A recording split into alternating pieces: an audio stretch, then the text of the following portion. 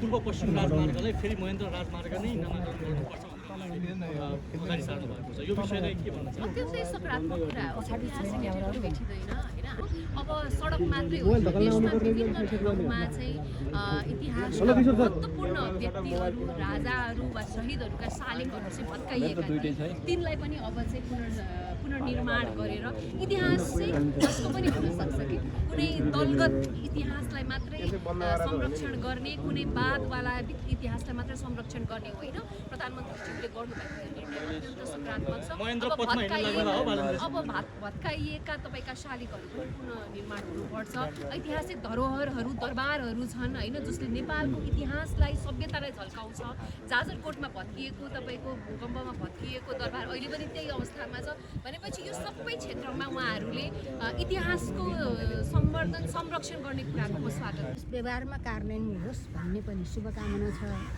अनि बाँकी विषयहरू सरसरी हेर्दाखेरि एजेन्डा त हिजोदेखि नै उठिआएका एजेन्डा हुन् कहीँ न कहीँबाट। ती एजेन्डा चाहिँ सामेल भएको छ, मुद्दा सामेल भएको छ, तर त्यसलाई कार्यान्वयन कसरी गर्छौँ त भन्ने विषय चाहिँ स्पष्ट आशय। कार्यान्वयन गर्नको निम्ति स्रोत चाहिन्छ। स्रोतको सुनिश्चितता के हो? जति कुरा बोलिएछ त हाम्रो राज्यको स्रोतले मात्रै त भ्याउँदैन नि त। त्यसैले स्रोतको सुनिश्चितता सहित हामी कुन समयमा कसरी गर्छौँ भन्ने कुरा चाहिँ व्यक्त भएन। उही परम्परागत शैलीमा यो गर्छौँ त्यो गर्छौँ भन्ने हिसाबले आयो। यो गर्छौँ त्यो गर्छौँ भन्ने कुरा भनेको त्यो एकछिनको निम्ति हुन्छ, दीर्घकालको निम्ति के हुन्छ भन्दा दीर्घकालको निम्ति भोग्ने कुरा हुन्छ। भोग्नको निम्तिको कुरा के हो भन्नु होला भने हामी कसरी गर्छौँ, कहाँबाट गर्छौँ भन्ने चिजहरू क्लियर आउनु पर्यो। त्यो चिज क्लियर आएको देखिया छ। स्रोत जुटाउने क्रममा चाहिँ ऋण लिएको छ, त्यसलाई सहुलियत हुँदैन। ती स्रोत लगायत अनेक पनि अब आन्तरिक पर्यटनहरू उठाउने कुराहरू गरिरहेको छ सरकारले। रोजगारहरू दिने लगायतका उद्योगहरूलाई सञ्चालन गरेर ल्याउने ती स्रोतहरूलाई चाहिँ अलिकति बलियो बनाउने तर्खरमा छ सरकार। यसप्रति एमाले के सोचिरहेको छ, के तर्क गर्छ? होइन, सरकार दह्रो हुने भनेको राज्य दह्रो हुने कुरा हो होइन। राज्य दह्रो हुने कुरा गर्दा एमाले केही सोच्न पर्ने कुरै छैन, राम्रो कुरा छ। तर त्यसका निम्ति हामीले ग्यारेन्टी कसरी गर्न सक्छौँ भन्ने कुरामा शङ्का नै छ कि किनकि आज मुलुकका जे अवस्था छन्, चाहना त कसलाई थिएन र गर्ने मन त सबैलाई थियो नि। हामी पनि त बोल्या जति सबै गर्न नसकेको कारण भनेको त स्रोतको समस्या हो। अरू केही प्राविधिक कुरा पनि होला नि, त्यो आफ्नो ठाउँमा छ। त्यसैले अब अहिले धेरै टिप्पणी गर्ने कुरा भन्दा पनि जुन ढङ्गले ठोस आउनु पर्ने हो त्यो ठोस आउन सकेको छैन। मुद्दा त हिजोदेखि सबै राजनीतिक दलले उठाएका मुद्दा हुन्, त्यो बेठिक भयो भन्ने कुरा छैन। मुद्दा जेन्युन छ, गर्न पर्ने नै छ। तर त्यसलाई कार्यान्वयन गर्नको निम्ति सुनिश्चितता हुने गरी जानको निम्ति जसरी आउन पर्ने हो त्यसरी आउन सकेन। एउटा नैतिक शिक्षा फेरि पढाउनु पर्यो भनेको छ है। चाहे त्यो सामाजिक सञ्जालमा होस्, जसुकै होस्, अहिले चाहिँ मलाई कस्तो लागेको छ भने नैतिकताको खडेरी नै भएको छ। तपाईले कति समय बोल्नुभयो? मैले त्यस्तै 2-3 मिनटमा सिधाएँ। तपाईँले जे जति मागहरू राख्नुभयो, कुराहरू राख्नुभयो, त्यसमा प्रधानमन्त्रीको प्रतिक्रिया चाहिँ के छ? उहाँले राम्रोसँग ध्यान दिएर सुन्नु भएको छ। म पोजिटिभ छु। विषयहरू चाहिँ मैले सम्बन्धित मन्त्रालयहरूमा राखिसकेको थिएँ, तर राख्दै पनि अब ढिलासुस्ती भइराखेको कारणले गर्दा मैले क्लस्टरगत विषय भन्दा पनि यो अत्यन्त अर्जेन्ट इस्युजहरू चाहिँ रेज गरेको छु। जस्तो तपाईँको मनसुनको समयमा आकस्मिक नदी कटान भन्ने समस्या, त्यो चाहिँ के रहेछ भन्दाखेरि जिल्ला तटबन्धनहरूसँग सीमित स्रोत साधन मात्रै हुने, आकस्मिकको लागि बजेट नहुने कारणले गर्दाखेरि यो बिचको समयका आएका बाढीले सृजना गरेको रिस्कलाई चाहिँ प्रोटेक्ट गर्नलाई, तटबन्धन गर्नलाई स्रोत साधन छैन भनेर जिल्ला तटबन्धनले भनेपछि मैले यो विषय चाहिँ मनसुन आउने क्रममा अत्यन्तै महत्त्वपूर्ण रहेकोले मैले प्रधानमन्त्री समक्ष राखेको छु। अर्को कुरा भनेको तपाईँको जुन बजेटको कुरा छ, बजेटमा चाहिँ अहिले पनि सबै सांसदहरूले अहिले धाइराख्नु भएको छ मन्त्रालयहरू, यो गर्नु नपरोस्। बजेटको लागि सांसदहरूले आफ्नो प्राथमिकता अनुसार र आफ्नो क्षेत्रगत हिसाबले चाहिँ बजेट राख्नको लागि एउटा कमन पोर्टल चाहिँ बनाइयोस् जहाँ हामीले यी विषय हाम्रा आवश्यकताहरू राख्छौँ। सरकारले भूगोल र जनताको आवश्यकता अनुसार प्राथमिकीकरण गरेर त्यसलाई चाहिँ सम्बोधन गरोस् र नेता अब जस्तो पहुँचको आधारमा पहिला जसरी बजेटहरू हाल्नको लागि लबिङ हुन्थ्यो त्यो पनि अन्त्य हुन्छ र स्वार्थगत बजेट प्रणालीमा पनि जाँदैन। सांसदहरूले आफ्नो क्षेत्रको स्वार्थ अनुसार भन्दा पनि राष्ट्रको आवश्यकता अनुसार हुनुपर्छ भनेर यो बजेटको समय आउन आँटेको, प्री बजेट आउन आँटेको कारणले गर्दा चाहिँ मैले यो एउटा विषय पनि राखेको छु। मेरो त्यो एउटा सानो मेडिकल इमर्जेन्सी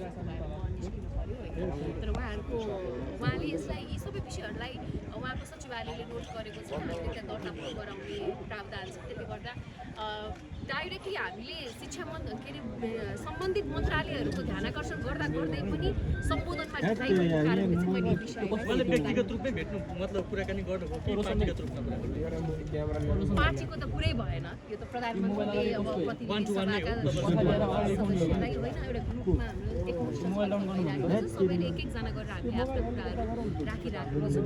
अन्तिममा प्रधानमन्त्रीज्यूले अब आजै सबै सम्बोधन हुन्छन् भन्ने कुरा त समेटिन्छन् भन्ने कुरा त छैन, तर पनि मलाई लाग्छ यो एउटा पहल चाहिँ पहिला हुँदैन थियो। पहिला चाहिँ यसरी सांसदहरूसँग प्रत्यक्ष संवाद गरिँदैन थियो। उहाँले यो सुरुवात गर्नुभएकोमा म चाहिँ अत्यन्तै यसलाई सकारात्मक रूपमा लिएको छु, किनभने हामीले आफ्नो क्षेत्रमा वा अब समानुपातिक सांसदको त क्षेत्र पनि हुँदैन। त्यसले गर्दा देशका तुरुन्त सम्बोधन गर्नुपर्ने कुराहरूलाई यसरी प्रत्यक्ष रूपमा राख्नुपर्दाखेरि चाहिँ यसले चाहिँ इफिसियन्सी ल्याउँछ कि जस्तो लाग्छ। जस्तो कि यो नयाँ वर्षको उपलक्ष्यमा चाहिँ प्रधानमन्त्रीले महेन्द्र पथमा हुन् बालेन्द्र त्यो त उहाँलाई सोध्नुपर्छ। राम्रो पथमा हुनुहुन्छ भन्छु अहिले। म्हणजे हिजो साइबर किन जानुभएको थियो? साइबर ब्युरो विषयमा थोरै साइबर विषयमा चाहिँ त्यस्तो केही पनि होइन। हामी सार्वजनिक अब व्यक्ति भइसक्यौँ होइन, एउटा सांसद भइसकेपछि यस्तो हुन्छ जस्तो अभिव्यक्तिको स्वतन्त्रता हुन्छ होइन, तर घृणास्पद अभिव्यक्ति चाहिँ अपराध हो भन्ने कुरा हामीले बिर्सिनु हुँदैन।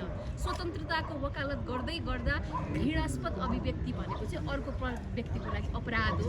त्यसलाई चाहिँ खबरदारी गर्नको लागि म गएको थिएँ। अहिले अब विशेष गरी यो बाहिरबाट आउने तरकारीहरूमा विषादी भएको हामी बाध्य भएर खाइरहेछौँ, त्यसलाई चाहिँ नियमन गर्नु पर्यो भन्ने कुरा भयो। अर्को मैले चाहिँ शिक्षामा पनि म आशावादी पनि छु। उहाँ एकदमै हुटहुटी छ, उहाँको उमेरले गर्दा पनि होला एउटा केही गरौँ, देशको लागि राम्रो गरौँ भनेर जुन हुटहुटी छ होइन, त्यसको लागि म रेस्पेक्ट गर्छु। उहाँले ध्यान दिएर सुन्नु भएको छ, मलाई लाग्छ उहाँले कार्यान्वयन गर्नुहुन्छ होला। जसरी प्रधानमन्त्रीले चाहिँ पहिला प्रदेशगत रूपमा सांसदहरूलाई भेट गर्नु, त्यस पछाडि समानुपातिक सांसदहरूलाई छुट्टै भेट गर्नु, यो भेटलाई चाहिँ कसरी लिनु भएको छ तपाईँ?